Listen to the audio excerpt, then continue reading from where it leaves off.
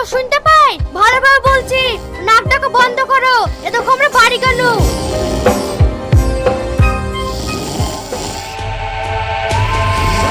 এই কাশরুট, তোর লিখে পাড়ার লোকের হাতে মার খেতে পারবো না। আমি আবার কি করব রে? তুমি বুঝতে পারছো না?